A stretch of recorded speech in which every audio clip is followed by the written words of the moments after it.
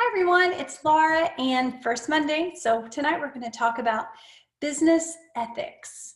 And you might think that that's really a loaded topic. There's a lot of things that we could cover in that, and there are, but tonight I'm going to be as really clear and succinct in the beginning and kind of give some guidelines for what Young Living establishes as business ethics, and then we can talk about categories within those if you guys have questions. And if you're watching this in the future, if you have questions, you can always email those to 7earlydays@gmail.com. So I've done previous calls about conflict resolution and difficult conversations, and those are always good to have just because we're dealing with people, we're in a relationship business.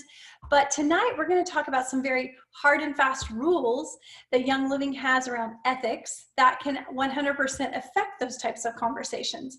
So if you're not familiar with it, I've got several documents here in front of me, but if you're not familiar with the documents that you need to know about, you have your US, this is all based off US now, you have your US member agreement, and then also US policies and procedures. So there are lots of documents, lots of information in these two documents. We also have a compensation plan. We also have an income disclosure statement. We have several different, we actually even have a policies and procedures, frequently asked questions.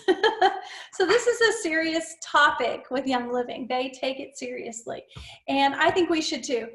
Whenever we look at a lot of people enrolling online now, they probably just phase over, they go quickly through the US member agreement. I would encourage you as a leader, as someone who's enrolling people, to take a look at this and read it and make sure you know. People always ask me, what does it mean? I usually say, well, it's a contract. You're joining Young Living, and it means that you're not going to hoard product, number one, and mark the price up and sell it unfairly. It also means it shows you what your rights are, that you can cancel at any time, that this is not a long-term contract. It just talks about the ethical stance that Young Living takes as a member for members, and it also talks to you about if you have interest in the compensation plan and the policies and procedures, the more detailed, thicker version, you can also access that on your virtual office. So those are kind of the things I tell people when they want an overview. I don't want to read the whole thing. Tell me what it says. But I do encourage people to read it and be aware of what they're signing. One of the cool things is on section 1.4 or 1.5 of the policies and procedures is that Young Living has a code of ethics, business ethics, that they have set up. And basically, when you become a member, you're agreeing to abide by this code of ethics. It says that you're following the code of ethics in an operation of your business organization. Violations of the code of ethics may result in termination of the agreement. That means your member agreement. Now, I don't know about you. I have a business with Young Living, and I have for some time, but I don't ever want to lose my products. So terminating your account is putting your products and your paycheck in jeopardy. So we don't want to get in that position, right? So code of ethics, here are the 4 bullet points. So if you ever have a question, go back to the code of ethics. Instead of trying to get down deep in the grass, go back to the code of ethics and see if what you're wanting to know qualifies in any of these count. First, you will follow the highest standards of honesty, professionalism, and integrity while operating under the agreement. Okay. So if anything that you're dealing with is not honest, it's not professional, it doesn't have integrity, probably not going to be part of the code of ethics, not going to meet the criteria. Okay, 2, you will not engage in activities that may cause losses to Young Living or another member. Okay, so what does that entail? We're talking about commissions, we're talking about cross-line recruiting, we're talking about poaching other people. So those types of things. Number 3, you will respect the privacy of both your upline and downline members and customers.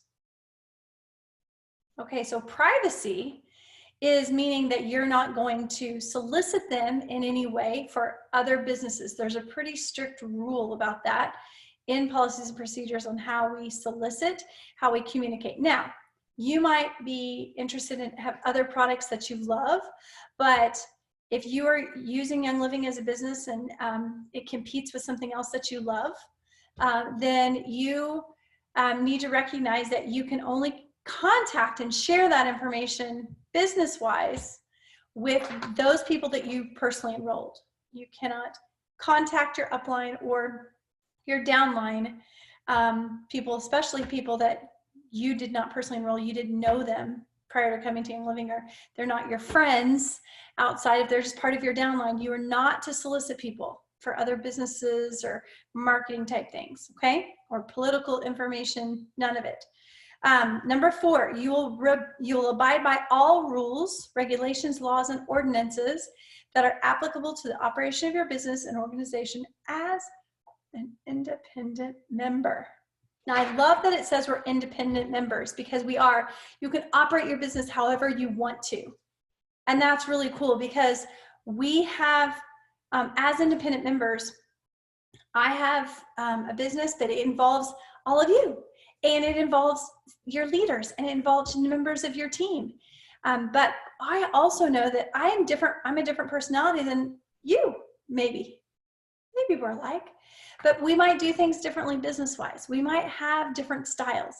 And one thing that's really important is knowing that it's okay to be different in this business. It's okay to do business your way and have a set of ways that you do things.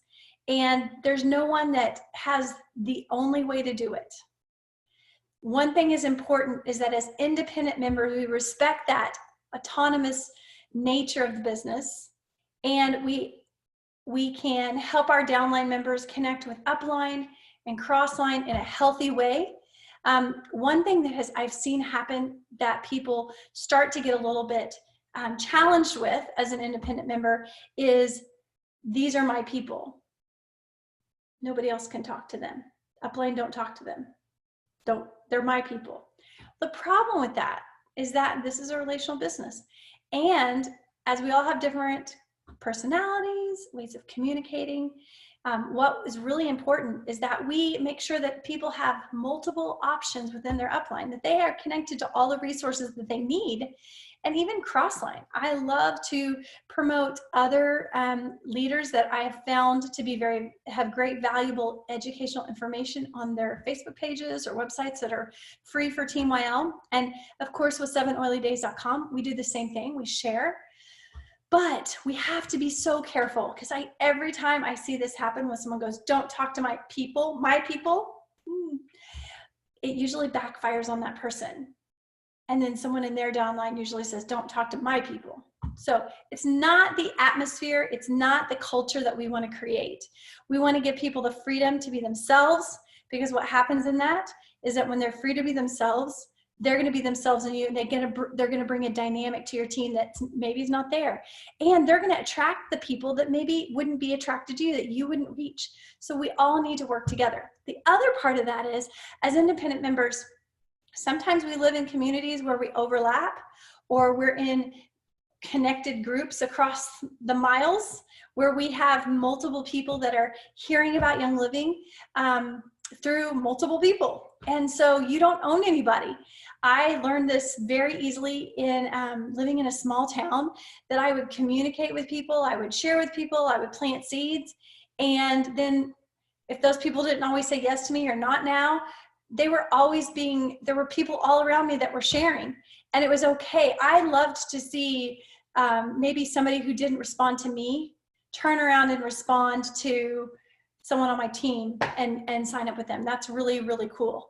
The problem is when people are poaching or doing things in a way like promising something for that early bonus, for that I'm going to get my $25 bonus, I'm going to get my Start Living bonus, my Fast Start bonus, and then they don't support them. That's where there's a problem, where there's not education. So one of the things what I talk about people when they're enrolling is, you need to be prepared as the enroller and sponsor for someone. You need to be prepared to connect them to resources, but also to be their primary means of education in the beginning. You need to be their lifeline to Young Living until they become more familiar with the company. So that's really important, that we're not just signing people up for bonuses and for incentives and doing these types of things without connecting them. We want them, clearly this is a business, and there you have to have business structure. You have to do things as a business, but you also have to remember that you put the customer first. And what I see sometimes is people enroll a lot of people and then they're not helping them and they're not connecting them. And then those people eventually fall off. And what is it doing for them? It's not helping them get what they need. So the customer is the most important. And the customer, the new member, is the one who gets to decide where they go. So if someone doesn't choose me, I have had someone not choose me before. It's not a great feeling. I can tell you from a mature standpoint, you could always go back later on and say, hey, I'm so glad you got your oils. Can you just tell me if there's anything I could do to improve my approach or work with you? Sometimes it's just that they were related to someone that was doing Young Living. Sometimes it's they felt like there was an obligation to another friend who told them first, which is, I understand that. It's always best to say, where did you, when someone wants to enroll with you, how did you hear about Young Living? If you don't know, when did you first, learn about it? I've had that happen after the fact, that people come back and say, oh yeah, so-and-so was a member as well, and I knew that person too. Well, I learned the hard way. I need to always ask that question: is how did they hear about Young Living? So it's okay if you didn't ask that question in the beginning either. It's fine. Now that you know, that's the next step. The other thing is, when there are people that are already members, it's great to have Crossline friends. I have so many great Crossline connections and friends. I call them my Crossline cousins. But guys, if someone's in another organization, do not try to get them to move to your team. It's not okay. It's against policies and procedures. And there are even safeguards set up. So even what we understand now is with Young Living, we have sponsor accounts, spousal accounts. So it used to be you couldn't have just one account per household, but now you can have husbands and wives. So make sure that when you're talking with someone, that they don't already have a spousal account somewhere else. That's not good. You don't want to sign up somebody, because a husband and wife need to be signed up in the same line, same lineage, within, I believe, 2 of each other. So that's a good question for policies and procedures. We should look it up. Anybody want to look that up while I'm talking?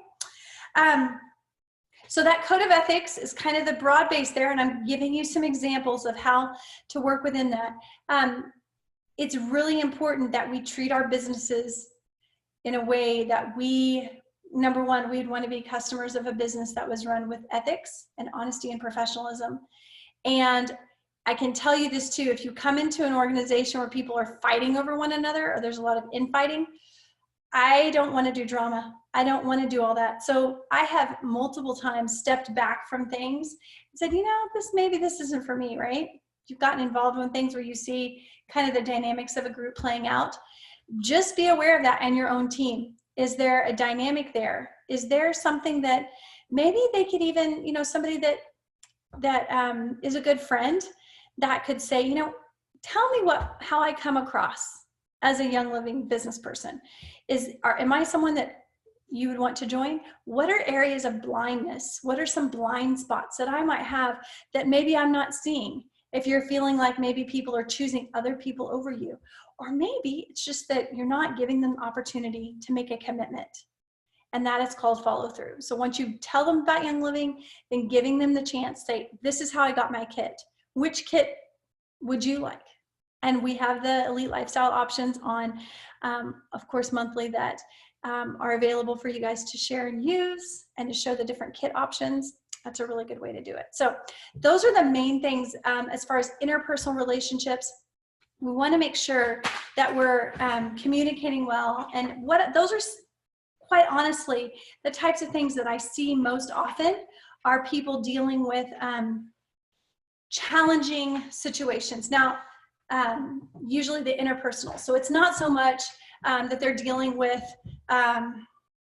some of the more difficult things that are listed in policy and procedure, like really unethical practices. Like in some countries, we have issues where people sign up pets, or maybe a relative that's doesn't know they're being signed up, or children. So don't sign people up without their permission. And make sure that you're doing it honestly. I know people have come to me and said, oh yeah, I have used Young Living before, but I'm not a member. Well, it turns out when we go to enroll them that they are a member, and that someone had taken their contact information, credit card number, and made them a member, put them in as a member, which, because there is a member agreement, there's a legal document signed to that. That is very unethical to do. So make sure that when you enroll someone that they understand they're joining Young Living. You're a Young Living member. You have an account now.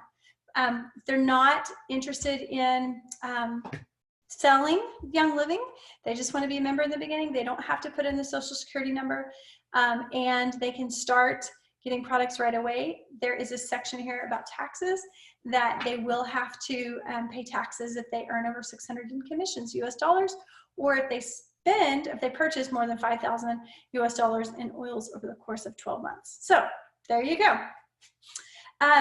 So one of the things that's kind of interesting is Young Living talks with, there is a policy procedure structure for Young Living whenever we do have issues. It's the conduct department. And so I would highly recommend that if you have challenges, you need to look through the policies and procedures to see what's legitimate, what's not, and then you can conduct, CONDUCT, at youngliving.com. There are other things here that I have kind of spread out in front of me, making sure that you always have the income disclosure statement whenever you're talking about how much you have earned, talking about your Young Living lifestyle. And when we say how much you've earned, what I'm talking about is not dollars. You're not posting your check anywhere. What you're saying is, I am a legitimate business person, and this is the potential, this is what our company is required to show. Anytime that we talk about the earning potential with our company, we have to show the income disclosure statement.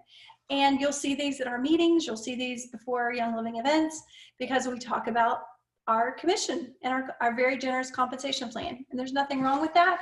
If you make a statement about, paying off debt, or helping to save for retirement, or extra spending money, or getting your oils paid for, it's good to have these, a link to this document down at the bottom so people can understand what you're talking about and just stay in compliance right away. Sound good? So don't make claims. We don't make claims about a product. We don't make claims about the business. I've never told anybody, enroll with me and you're going to get rich, because honestly, it's not about that. It's about, number one, we're going to get well. We're going to have purpose, and abundance is a natural outpouring of that. So when we're just trying to focus on rich, wealth, make money fast, well, I can tell you right now, that doesn't last very long. Somebody that gets well will tell everybody their story. So we always focus on helping people get what they need to feel better, to be more vibrant in health, and to live above that wellness line. I also have some really cool, Clint Ballard, he and his wife Joy are platinum members, leaders in our group, and he put together some ethical statements here that I thought were really good.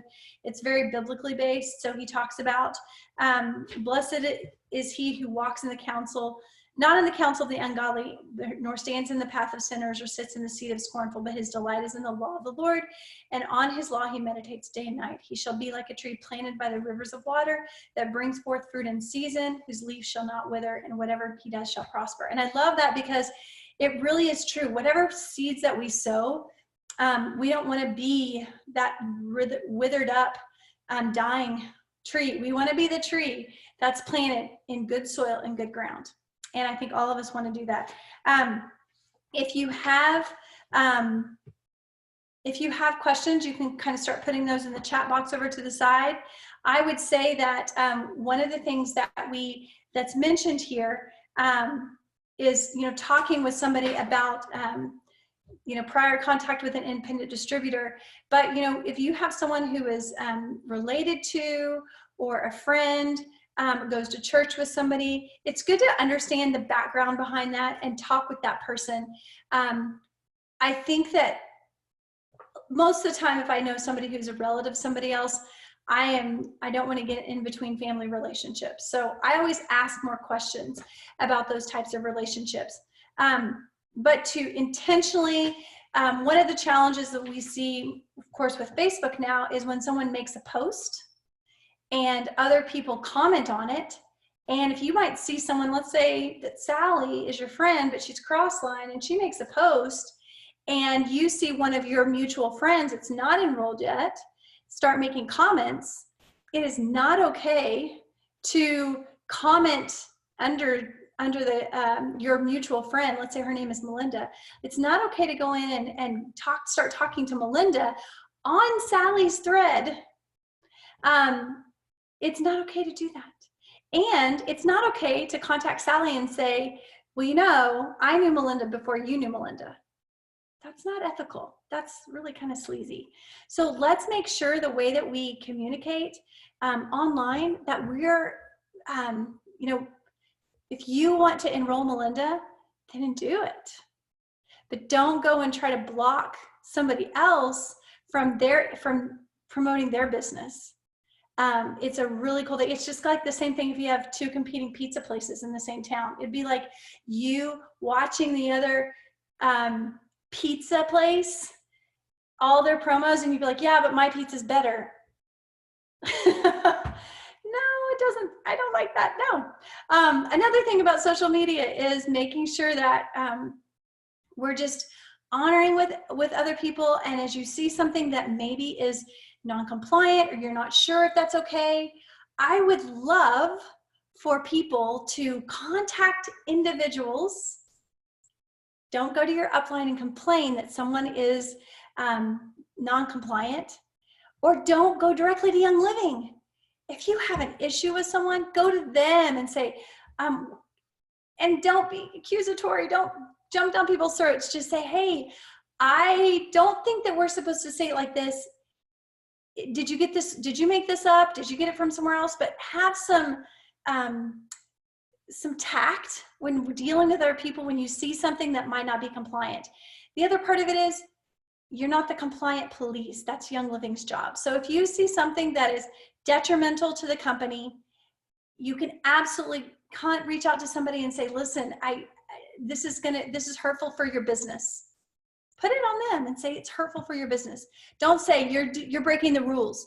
Nobody likes a tattletale, guys. Nobody likes a tattletale. We've all been in kindergarten, okay? So one thing you can do is have tact and go to a person and say, how did you come about with this wording? You know, you can share your own stories and testimonies. You can't share other people's stories. We have to be careful how we use, talking about oils, taking them internally if they're not Vitality, those types of things. There's ways to do it, especially with your own downline. Totally, hey, call them up. Don't even type, because you can't hear emotion through words, black and white. You have to actually call people sometimes. It's so much better. I know people don't like it, but use that very uncommonly used app on your phone called the phone and call people, because a human voice is wonderful. The other thing is on social media, if you see something that somebody else posted and it's really cool, resist the urge to steal it. Maybe you take that and you reword it, use your own pictures, all of the social media experts, because honestly, if you just take their picture and their message, number one, it's personalized to them. It's like plagiarizing, stealing. We weren't allowed to plagiarize in college, so let's not do it now. And what you want to do is you want to take it and make it your own, use your own pictures. A lot of times, we've talked about this in our social media etiquette classes, that people will take something and they'll even comment below, oh, can I share this? So what we're trying to do is somebody's trying to build on their own social media account. So be respectful of that person's business in the same way you want your business to be respected. Capiche? Good deal. So it's okay, and it's going to actually help your algorithms on social media to be better if you have something that's original to you, and that you are not just taking somebody else's and sharing it. We see that way too often, and those aren't getting looked at. You'll notice if you go back and see some of those posts that you've maybe have done in the past, there's not as many likes or comments. So make it original, make it yours. Don't take from somebody else's. Referrals from other distributors should be a rare experience, is what Clint writes here. Clear expectations must be set before prospect involvement is undertaken to avoid damaged team dynamics and lost time to all parties. If a distributor is asked by another team member to share oils with someone, both distributors need to come to an agreement on how enrollership and sponsorship should happen. So what that means is if you're invited to go teach a class, or someone says, hey, come teach a class for me, you need to upfront have a conversation with that person you're teaching for. How are we going to do this? Can I invite my own people? Great. So if someone comes that I know that's my friend, I'm going to be their sponsor and enroller. Have that conversation up front. Unspoken expectations ruin relationships. That's truth. It's just truth. It's in every relationship, especially marriage, but I digress. So if that person's not willing to work with you on that, then you just need to come to an agreement. Say, what do we want? What do you want to do in this situation? I usually, when I go do classes for downline members, a lot of times they're going to be the enroller and sponsor. But there's an agreement that they're going to make 100 PV orders. So those bonuses go to someone. There's an understanding up front.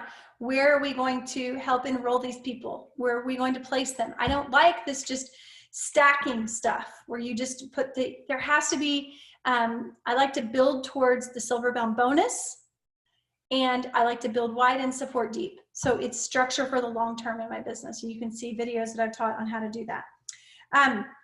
So if you have someone that is telling other people about Young Living and does not want them to be enrolled under them, don't enroll anybody under me. I don't want to check. Don't do it. Even though you think, oh, they know everybody in the world and it'd be really great. And you try to talk to them, but they don't want to, don't do it. What you can do is you can give them a referral gift. You can, give them a diffuser blend, or you can do something nice for them, a gift certificate, put a credit on their account and call it good. And then you can be the enroller and sponsor, but make sure that's set up front. If they're bringing people to you, you need to communicate how you're going to handle those in the future. And of course, whenever we're always going to have opportunities, even with people that we have great relationships with. If we're not speaking and having expectations of what we want from one another, then there can be conflict, especially even within cross-line relationships. If you know somebody that's really good at something and you would like to, I know a lot of people are good at graphics or great at pictures. Make sure that you ask to use their things or to use what they've created. If they haven't said it's free, go for it, because that is their time and energy used. So make sure that you're, also if you're emailing or texting or contacting cross-line members, make sure that you're not taking advantage of that relationship. Make sure that there is something that you can say, listen, if I love that we can talk openly, I may have some questions. Offer, if their information is valuable enough to you, invest in it and say, what's your hourly rate that I could speak with you? And I would like, to maybe have an hour of your time. What would that be worth to you? And I can promise you, if you invest, number one, if you're invested in your business right there, that could actually help you to have real value for what we're giving you. And I'm promising you, if you pay them as a cross-line friend to give you some information and you're not taking it, they won't be felt take advantage of, and there won't be any kind of relationship that feels like you owe me, right? Back and forth. So it's invested. You both got something for your time. So those are just some specific things that I wanted to talk about. Do you guys have questions?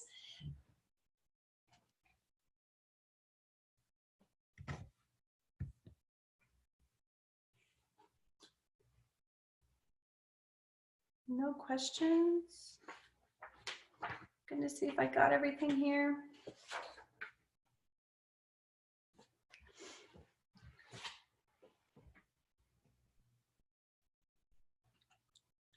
All right, okay, stacking. So stacking is when you place people, they just start enrolling people in an organization that there's no relationship, Usually it comes in a place where you're trying to get fast bonuses, where you're trying to, let me read it directly here from policies and procedures.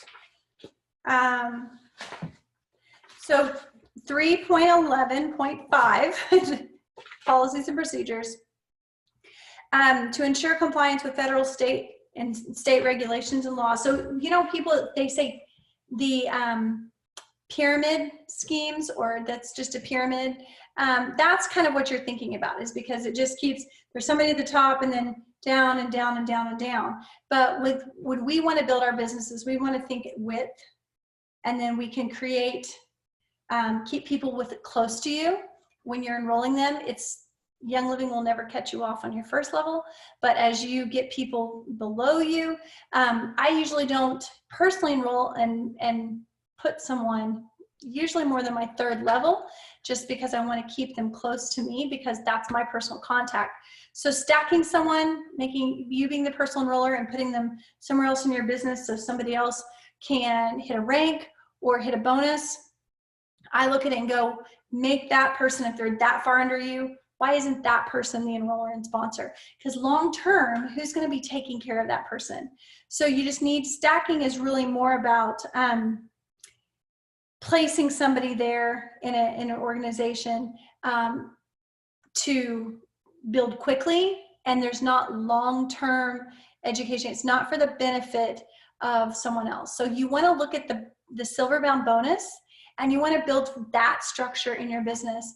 And you can enroll people under other people, but you're not just massively stacking people and filling holes just to maintain a rank or a bonus, if that makes sense. So you're really being strategic long-term. I have, you know, tried to be wider, because my upline always encouraged us to build wide and have a nice firm foundation, and then there will be growth that comes from that underneath it. She never told us to build towards a bonus, because back then we didn't have a bonus like the Silverbound bonus that actually looks, kind of matches the compensation plan really well.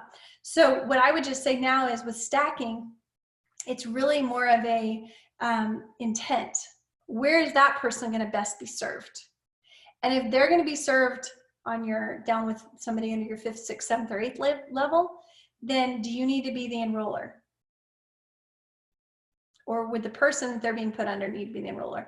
And if they're best served under you, then you need to keep them closer to you and put them where they could be best needed or best served.